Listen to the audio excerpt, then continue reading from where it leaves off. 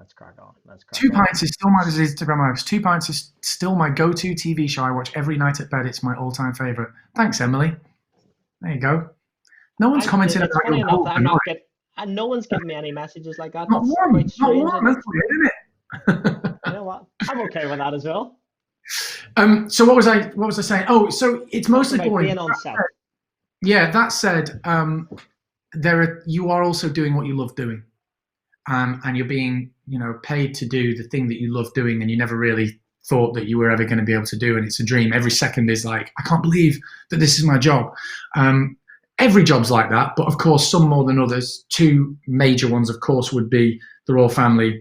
Three major ones would be the Royle Family, Two Pints, which is what I'm probably most known for up until recently, and Death in Paradise. The Royle Family was the most extraordinary job. There's no job like it. It's more different from any job I've ever done. We would turn up at sort of 7 a.m., get on set for 8 a.m., and we would laugh for 8 hours and go home at the end of the day. And I'd be like, how have we actually filmed? Have we filmed anything? It was just, it was hysteric, just tears of laughter the whole time. The crack was just unbelievable. Then I followed it up with 2 Pints. I'm going to be very honest with you here. You want me to be very honest with you, don't you? I would like to. I was a little bit. The Royle Family was the coolest show on television, the coolest show, like objectively so. It was not me saying that. Everybody just loved it. Yeah. And to have been in a hit like that when I was 18 was extraordinary. And I hosted the first ever GQ Men of the Year awards, and I was on this sort of catwalk and all that kind of thing. I was cool. I was the cool kid in the cool show. And then 2 Pints came along, and the critics didn't like it. It was not critically well received at all, but the public loved it. But because it wasn't critically well received, it didn't have that kind of cool factor. It sort of only retrospectively does a little bit now. It's like I got that cult cool factor. But going from the Royle Family to that, if I'm honest, and I regret this, there were times when I was a little bit down on it. It was something that I enjoyed the day to day, but I was not proud of it as a show. I was like, yeah, I'm in the Royle Family, it's great. Yeah, I'm in that show and it's all right. And I now look back on that with deep regret, because you know what? I was in 2 hits back to back, 2 very different hits back to back, playing 2 very different characters. And you're lucky in life if you're ever in 1 hit. Hits are hard to come by. And people loved it. And to this day, people love it. People are so lovely. Even now on Instagram Live, people are saying, I love 2 Pints. It's my go-to show. And it means so much to people. And I look back now and watch it and I go, why was I down on this? This show's great. It's great. And funnily enough, I've bumped into a few critics over the years who are like, I think I owe an apology. I gave it a really scathing review, and I look back and it was much smarter than I thought it was. But it was in the wrong time. 2 Pints was fully born, conceived and made in the wrong time, because the Royle Family changed the tone of British comedy for a decade, and then The Office cemented that. So for at least a decade, British comedy was single camera, no laughter track, very what The Office and the Royle Family was. And then Miranda arrived and changed all that, and suddenly BAFTAs were being won for studio audience and knockabout comedy, and then Mrs. Brown's Boys and all that kind of thing. And I do genuinely think if 2 Pints had come around that time, sort of it missed its cycle by about 10 years. Mm-hmm. And if it had come around that time, I think the story would have been much different, critically speaking. But anyway, that was a long-winded way of me saying I regret being a little bit down on it. But you know what? That is probably a great. I felt it was very serious writing in places, very British humour. There you go. But I think it was exactly what you're saying, that this is a great way to start talking about the stuff that I love, in my life, and the kind of the interests I have around the mindset and psychology.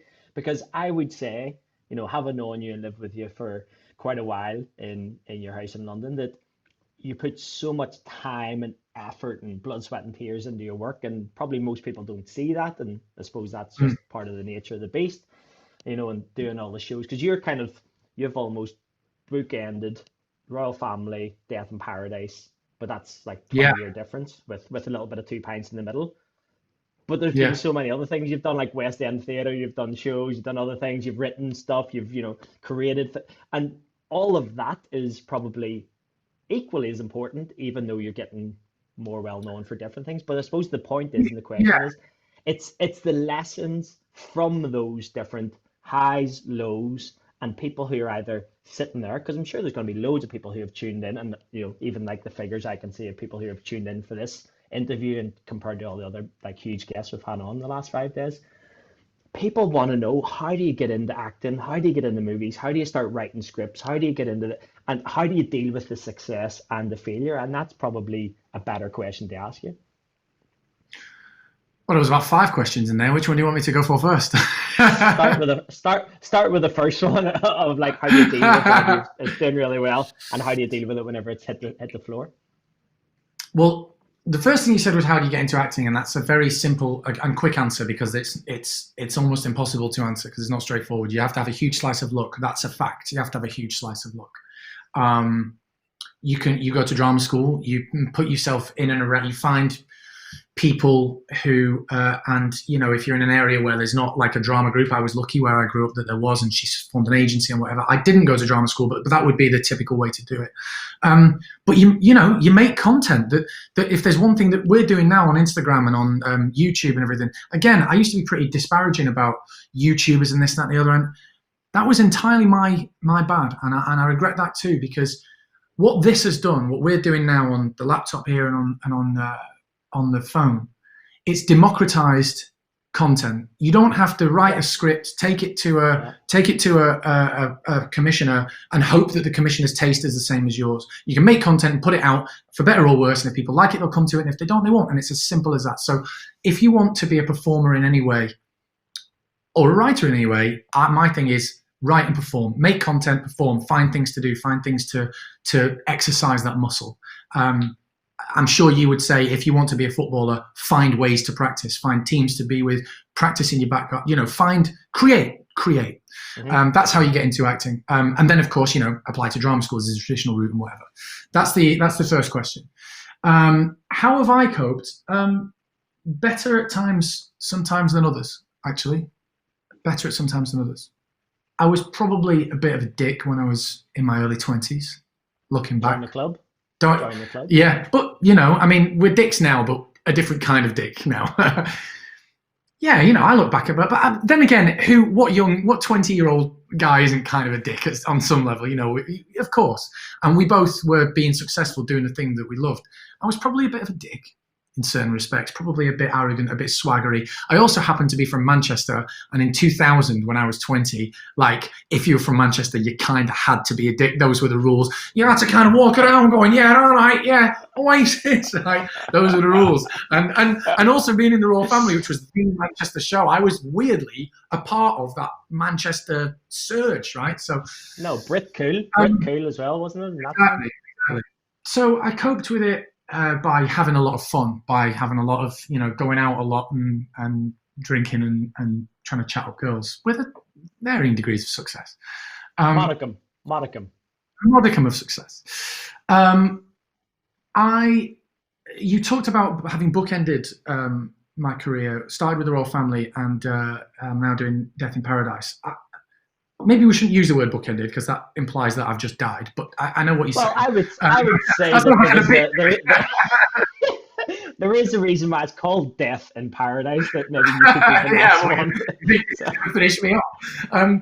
Yes, Death in Paradise is an unbelievable job to do. It's unbelievable, and it sort of came out of nowhere. It's like, agent, email, give us a call. Give them a call. Hi, they want to meet you for a role in Death in Paradise. I was like, I've already been in it. I've already been out there. I was one of the guests in the episode, and they're like, yeah, it's for one of the police officers. I was like, can you just check which police officer? And they went, yeah, hold on. And they came back to me and they went, yeah, it's for the lead, for the new. I was like, oh my God. So I went in, again, not expecting much. You have to go in not expecting much, because otherwise it'd just be too hard. If you went into every audition desperately hoping, you've got to be able to relax. I went in and I chatted, and they gave me a dummy scene. They hadn't really written out the character. It was just here's a sort of vague idea of a scene. And I read for 20 minutes, and I left. And about a week later, I was in Ireland, actually, driving down the west coast of Ireland, and I got a call going, you're the new lead in Death in Paradise. And I was like, I couldn't believe it. I was not cool at all. at all. I was like, yes, this is amazing. And then I went to hopefully see you weren't Funky the driving. Dolphin. You weren't actually driving at that time, were you? I was like that, right? And But that steering hit wheel was down here. four sheep. We hit four sheep, or whatever. I was like, the farmer was like that. I'm the leading Death in Paradise. Screw you. Yeah, it was great. It was my public relations were fine. Yeah, and then I went to see Funky the Dolphin in Dingle Bay. I'll never forget that day. Nice. So I did bookend it with that, and in between there have been hits and misses. The three things I'm now known for: Death in Paradise, Royle Family, and 2 Pints.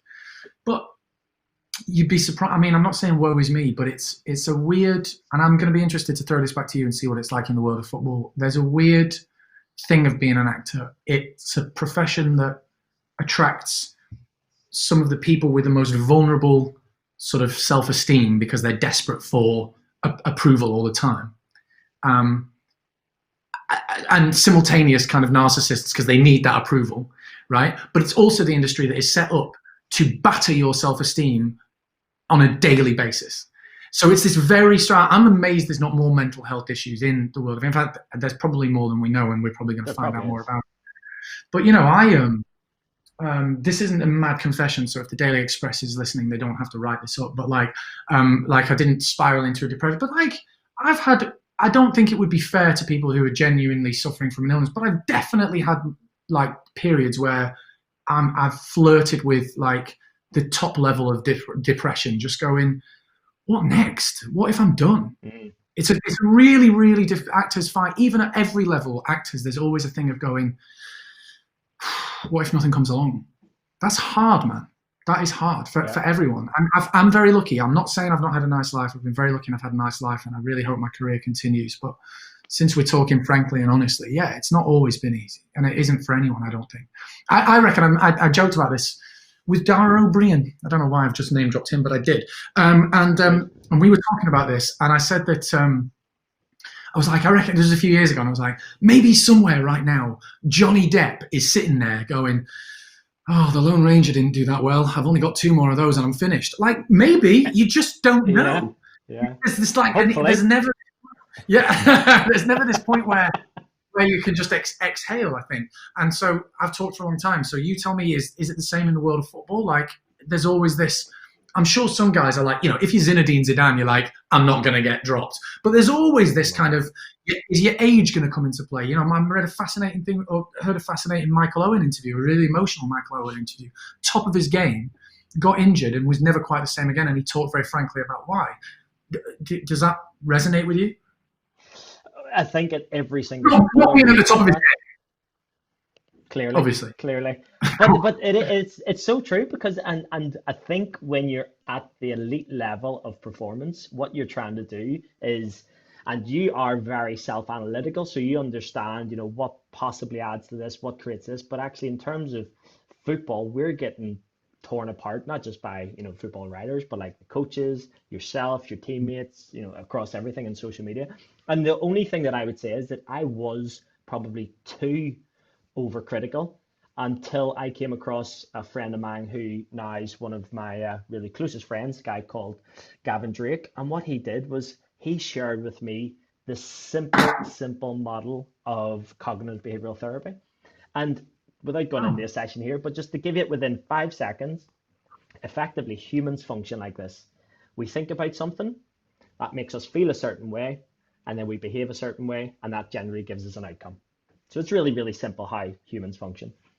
But of course, when you realize that we're in this little circle of thinking patterns constantly, and as you just said, sometimes you get in this little circle of patterns that actually end up quite in a kind of dark place that isn't very helpful, and people struggle. But of course, then you have the other side, whenever everything you're doing, you're thinking and you're feeling and behaving and acting, and outcomes are just come, and you just, it's almost like you're riding on the crest of a wave. But the probably the most important thing I've ever learned is whenever Gavin shared this with us, and Gavin Drake, he came in and worked with us as Norwich City sports psychologist in the time, because we'd been up in the Premier League and got relegated, and we were struggling, and he came in and shared one simple concept, and effectively it made me realize that I have a choice of how I think about a scenario or how I think about a situation. And it's two ways you can go with it. So you can either have the best game of your life, and you've got two choices. And your choice is, do I think about this in a way that actually helps me continue with this performance? Or do I Hmm. think about this in a way that actually is going to hold me back or almost destruct what I've created here? So, for instance, if you think you've had a brilliant game or a brilliant season, you might finish this game, finish the season, and you might just go off and celebrate and party because you're like, I'm there, I don't need to work on this anymore, which clearly is not going to help you going forward. Or you might think, okay, I've had a really good season. How can I improve on this? And what can I learn to increase my performance? So that's Do you one think way of dealing Cristiano with the Ronaldo success. changed? Do you think? I mean, look, it would be not fair to a lot of extremely brilliant pros to say that like Cristiano Ronaldo was the first professional, but of course he wasn't. You know, gigs he was doing yoga, and you know, you wouldn't say that Roy Keane was unprofessional in it. But like that kind of uber professionalism, eats at a certain time, just like turned his body into a machine and his mind into a machine to be the very best. Would you say that was Cristiano Ronaldo that changed that mindset? Yeah, so he has just added another layer of evolution in the football, and that's the only thing that he's done because clearly he was an outstanding talent. And do you not tell us? Can you not tell us the story you told me a little while ago that Rio Ferdinand told you? Oh Do you yeah, remember yeah, whenever they were yeah, flying back? So go on, yeah. tell everyone because that before you tell it, that sums up what a professional footballer used to be at this level. And I think the story you're going to tell puts Cristiano Ronaldo Yeah. at a level that just supersedes everybody. Yeah, so I was asking Rio Ferdinand the old age question about, you know, Messi or Ronaldo, right? And it got us talking about Cristiano Ronaldo's professionalism and how he was just uber professional. And as Rio said, he was just a machine. He just was obsessive about being the great, great player that he is. And he turned up at United a skinny kid, and everyone knows this, seen the pictures of him lifting weights, and he's this absolute warrior now. But Rio said that they played a European game and they flew in. And the way that the travel worked is everyone would drive into Carrington, the training ground. Then the coach would go from the training ground to the airport, and then they'd fly out for a game. So they flew back into Manchester Airport, coach back to the training ground, Carrington, and then they're all like, it's like 3 a.m. They're all like, walking to their cars and everything. And they see all the lights go on inside the training ground at Carrington. And they're like, what's going on there? And it turned out it was Cristiano Ronaldo filling up the ice baths, knowing that if he got a good hour ice bath from 3 till 4, however long, quick ice bath before home, then it would set him up for training the next day and his recovery would be that much quicker. And Rio just said it was a moment of going, that's the level now. And I think he dragged It's the another entire, level. It's a new level. yeah, but I think he's dragged the profession, the sport up a gear because, you know, if you don't do that, you don't even keep up with everyone else now. Don't you think? Yeah. And I think, and this is where this, so it's see all these interviews that I've been doing over the last 4 or 5 days. So I had Jason McAteer on Saturday, and obviously, you know, Liverpool, Republic of Ireland. Had Henry Winter on Sunday, and he was talking about, you know, the kind of the game changers of like Marcus Rashford, Raheem Sterling, talking about the different managers. Monday we had Will King, who's the founder of King of Shaves, you know, and 15 billion products later he sold, you know, he's doing all right for himself. And yesterday we had Des Kelly, again, knows all about the Premier League players, and Colin Murray. And it's just all about people who are at the top of their game. What are they doing? What are they doing differently that people who's everyone's going to watch this, whether it's on my Instagram Live, Facebook, Twitter, YouTube, and watching it and thinking, what are the lessons that I can take away from this? And that's really probably something to throw back again at you, Ralph, is like, what do you think that if you were to share a lesson or something that you thought, if I can get this bit of information into anybody, whether they're working in a job, whether they're, I don't know, whether a mother at home, whether they're, you know, someone just finishing their education, not sure what to do. Is there anything that you think you could share from, you know, 20 odd years of being a really successful actor? What could you pass on to people that might be watching?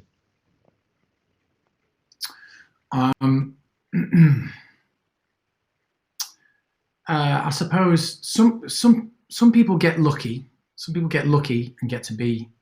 Some people like, you know, win the lottery. Some people are born into money or whatever. But the ones who are happy are the ones who work for success. The ones who graft for what they want, for what they want to achieve. Nobody. It sounds like being handed something on a plate is like, that's great, thanks. But like, if you want satisfaction, you put in the hard work and then it pays off at the end. I think that's, so whether it's, if I'm sitting around whinging, complaining that no one's ever asked me to do any Shakespeare, instead of sitting around whinging, why don't I just get the complete works of Shakespeare off the shelf, learn a couple of monologues, and be ready to go. When there's an audition comes up, bang, I'm ready to go. I've practiced, And I think hard work pays off. Hard work pays off in any field. The hard work is the kind of, it's almost the common denominator, isn't it? You just talked about Cristiano Ronaldo, talked about different people that you've worked with over the years, and I suppose. And some people have a preternatural talent, right? Some people have a preternatural talent. There's no arguing with that. Leo Messi was going to be Leo Messi, no matter what happened. But for 99.9999% of the rest of us, take what you've got, take what talent you've got, take what you believe in, and work hard. And you know what? You might not hit the success that you were hoping for, but you'll still be happy on the journey to get where you go. It's interesting. I was really fortunate, and this probably gives a little bit of insight into what I was like as a young player. I used to really, really admire, still do, Gianfranco Zola at Chelsea, just because he was the kind of similar size to me in terms we're both, about 5'6", but trying to play off the bigger striker normally was what he did, and obviously what I did. So I just thought, well, I wonder if I could ever speak to Gianfranco and just kind of see if I can learn from what he was. So when I was 21, I just arrived at Norwich, and I got in touch with someone who knew Gianfranco Zola and said, listen, is there any chance I can down and take him out for lunch if possible? Very fortunately, someone who I knew in football asked him, and he said yes. So lovely, lovely guy, really lovely guy. And I just thought, this is amazing. I'm going down and speak to one of the best strikers in the Premier League. Took him for lunch, and we're sitting chatting in an Italian restaurant in Fulham. And as you say, I'm a little bit kind of, I like doing my research, I like getting kind of things, making sure I know what I'm doing.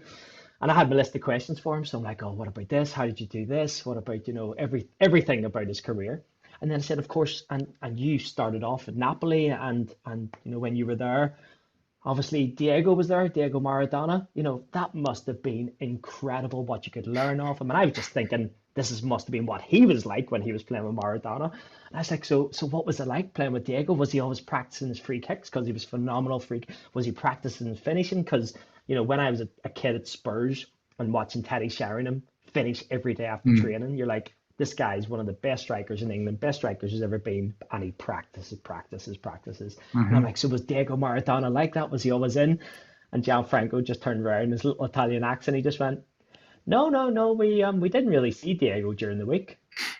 And I went, what? Yeah.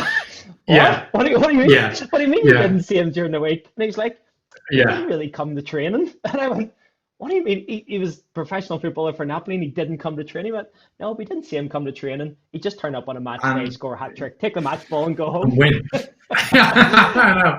But some people have that, right? Some people have that. And for the rest of us, for the rest of us lesser mortals, you have to put a bit of graft in. But Ronaldinho, you look at Ronaldinho in his pomp when he was playing for Brazil and Barcelona. And he could, for me, Leo Messi is the greatest of all time. Yeah, same. But I look at Ronaldinho when he was at Barcelona, and he did things and could do things with an ease that I've never seen anybody else do. Not even Messi. Messi was the greatest at the game of football, but it just like being at ease, just with a ball. And you see these freestylers who are absolutely incredible. But Ronaldinho used to do it in a game because it was so easy for him. That is a preternatural talent. I mean, there's a lot of practice gone into that, but the talent of that was just unbelievable. I could never do that. I could practice for 1,000,000 hours and I'll never be able to do any of that. But yeah, the rest of us, I think hard work.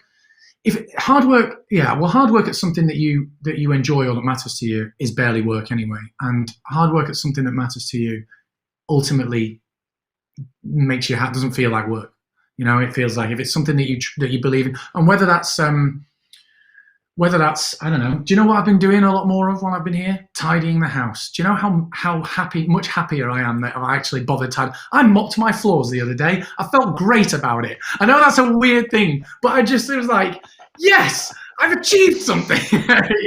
So whether that, whether it's hard work at being a good parent or hard work at trying to be the greatest footballer or anywhere in between. I think if you're honest with yourself and you graft for something that matters to you, then that's a route to happiness. Amazing. So listen, I'm just going to give one little last plug of Rio Ferdinand, by the way, you didn't ask, but Rio Ferdinand, even after that Cristiano story, still said for him, Messi.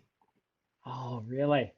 Okay. Yeah, and he's played against both. Interesting. He told me a story. He said that it's about what you think they can do. He said Cristiano was like unreal, like better than anyone would ever normally see. He said, but Piqué told, because remember Piqué was at United briefly. Mm-hmm. Piqué told Rio a story.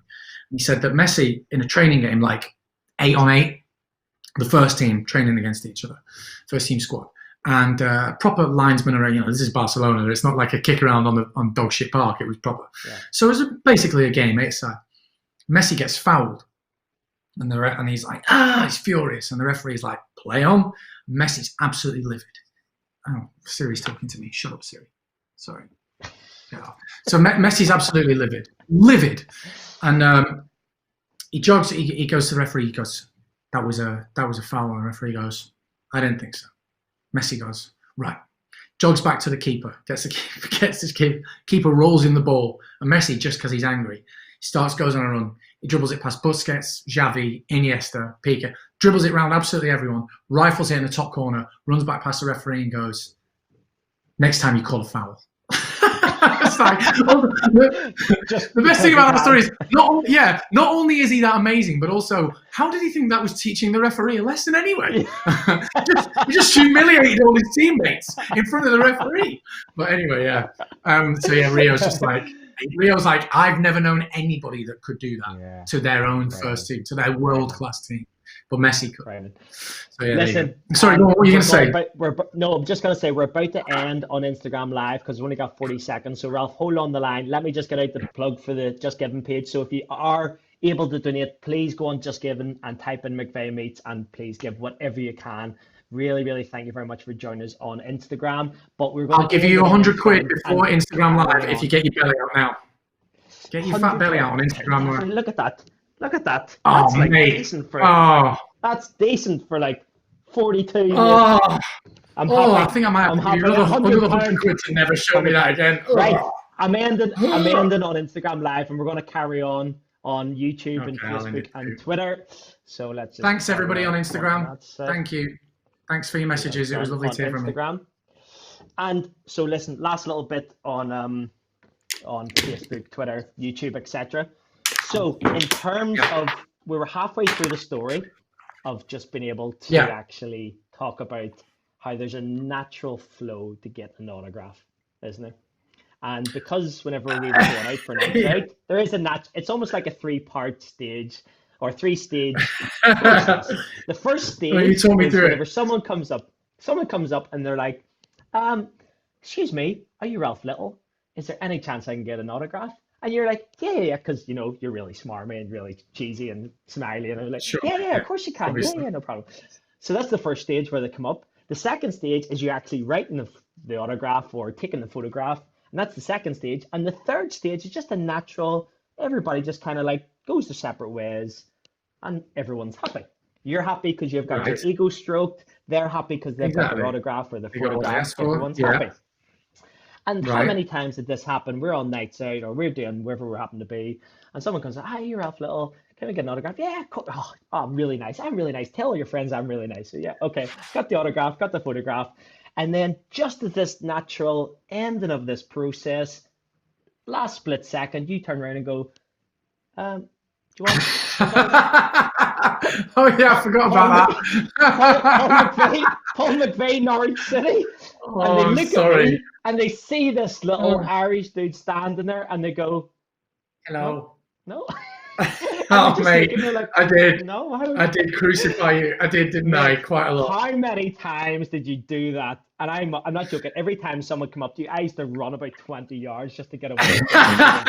Well, the thing is, like, fame's a curious thing, right? Because when you were playing for Norwich, and especially when your brief period when you were good, so like for 2 weeks, when you were playing for Norwich, and you scored that goal, and your name, Paul McVeigh would have been on the lips of every Norwich fan across the world. So, in Norwich, and but that's sort of what I'm saying is it's in that time, Royle Family or Two Pints or whatever, in Norwich specifically, there's like in a 10-mile radius.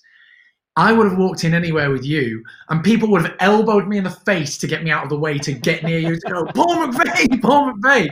So you had like uber, like super fame, but just in a very small, in a very small geographical area. Whereas I've had just a sort of relatively easy low level, but for a long time. So I did always used to hammer you, didn't I? I'd be like, people would be like, oh, mate, I can get you. Oh, yeah, sure. Oh, I love 2 Pints. Oh, thanks very much. That's really kind of you. Yeah, you're great. Do you want a photo? Oh, yeah, of course you can have a photo. Yeah, no problems. Yeah, cool. Oh, wait, are you a Norwich fan? Paul, this is Paul McVeigh. He once scored a goal against United, and you'd be like, I'm off. So do you remember when it backfired? Do you remember when it backfired with Jack Whitehall, though? Do you not remember this? At V Fest, I think it was a little bit drunk. It might have been at this stage of night. I might have been a bit drunk. So to everyone watching or listening, me and Macca are at the V Festival. Christ, I can't even remember now how long ago, Macca. And we've been there a few hours, so we're pretty smashed. Yeah, at least we're pretty smashed at this point. And Jack and his mate Marcus walk in, who and I know his mate as well. I've played football with him, and top lads. And Jack walks in and it's like, "Oh, Jack, how are you doing?" Jack who? I don't think it's Jack who. Jack who? Yeah, I don't think you've mentioned who Jack's surname is yet, have you? Listen, okay, I have. Yeah, I've said Jack Whitehall about 20 times. Yeah, and I also said, what about this Jack Whitehall story? Oh, sorry. I can't understand your accent. Anyway, it's your accent that can't. Yeah, sorry. Yeah, so anyway, so Jack walks in. Jack, you right? He's like, oh, hello. How are you? Oh, and he can't understand your accent. So Jack's like, oh my god, like the V Festival's like so good. I mean, it's amazing. And Jack comes over and it's like, hey dude, are you all right? And he comes over and we grab a beer. And hi Marcus, you all right? And anyway, literally at that point, somebody walks over, and you know, Jack could have done the same to me as I do to you, but he didn't, luckily, because he's not as horrible as I am.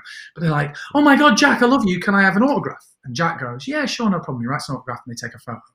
And then I think Jack turns around and indicates me. No. We're sitting with a couple of bands, weren't we? We had a couple of bands that we were sitting next to. Somebody got Jack's autograph. Somebody got Jack's autograph. I didn't see that. And Jack went to indicate me, and they went, oh, like a little disappointed because I wasn't Jack Whitehall, but still they were like, oh yeah, okay. And they got my autograph, and I was like, no problem. And I, because I'm horrible, went, hey, are you a big Norwich fan? Because that's Paul McVeigh over there, right? And these two girls went, no, right? But Marcus and Jack went, Paul McVeigh, he's an absolute hero of mine. What an absolute legend. He's my favourite player on Championship Manager. Oh, Macca, can I have a photo? And I was absolutely gutted. But that's like the worst story and the best story ever, because basically the only reason why Jack Whitehall knew me is because you basically tried to mug me off as usual. And I was like, I can't believe he's doing this. And when Jack went, are you Paul McVeigh? He went, you were my favourite player on Championship Manager 2004. Yeah, exactly. Long after he retired. Yeah. No, they were. I don't know if you remember it. Sparked a whole conversation. Going because his mate Marcus was a Norwich fan. He was going, I remember. Or maybe he was an Ipswich fan. He was, He'll be devastated. He was an Ipswich fan. Yeah, there you go. So it totally backfired on me. I will point out though, it was still Jack and his mate that were the ones that recognised you, but it was two girls that fully mugged you off. So that was quite good fun. Standard story of my life. Listen, mate, I'm not going to keep you anymore. I'm not going to keep you any longer. Thank you so much for being on today. I really, really appreciate it. I know you've got so much stuff to do, sitting in the house, tidying up, mopping your floors. Oh yeah, mate, tidying up. That PlayStation will play itself. If you would like to donate, please just go on to any of my social media profiles, click on my bio, click on the link for the Just Giving page, or just go on Just Giving and search for McVeigh Meats and donate whatever you can. It's great, by the way. Well done. It's going to donate. Well done for doing this. Yeah, no, of course I am. Of course I am. Appreciate I'm doing it right now. Appreciate it. And well done for doing this. It's really, a great idea. Really loving it. And really while we're here, by the way, please feel free to listen to my podcast on, what is it on? Go on. Apple. I think it's on Apple, Acast, and Spotify. 2 Pints with Will and Ralph. Have a listen. Should be fun. Top man. And speaking of Will, tomorrow at 2 p.m. British Standard Time, we will be chatting with Rugby World Cup winner Will Greenwood. So really, really pleased to have someone who actually knows what they're talking about coming on. Yeah, and has achieved something. Ralph, top man, really, Thanks, really appreciate it. All the best. My pleasure. Well done, mate. Okay. Cheers. Speak to you soon. Bye.